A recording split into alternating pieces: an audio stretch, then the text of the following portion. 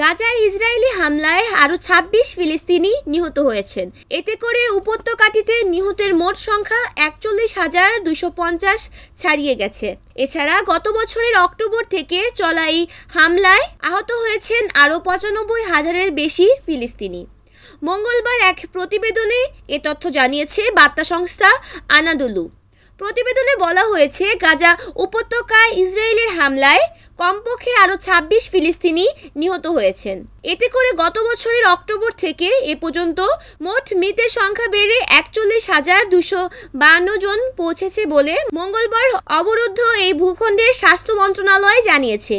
মন্ত্রণালয় এক বিবৃতিতে জানিয়েছে, নিরলস এই হামলায় আরও অন্তত ৯৫,৪৯৭ জন ব্যক্তি আহত হয়েছেন। মন্ত্রণালয় বলেছে, গত ২৪ ঘন্টায় ইসরায়েলি বাহিনীর অব্যাহত অগ্রাসনে ২৬ জন নিহত এবং আরও ৮৪ জন আহত হয়েছে।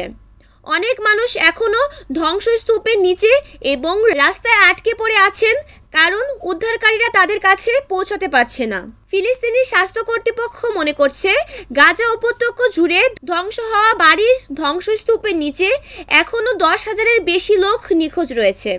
মূলত গাজার অবিলম্বে যুদ্ধবিরতির দাবি জানিয়ে জাতিসংঘের নিরাপত্তা পরিষদে প্রস্তাব সত্ত্বেও ইসরায়েলি অবরুদ্ধ এই ভূখণ্ডে তার নৃশংস আক্রমণ অব্যাহত রেখেছে। Desk report, Aruni Akter, NN TV.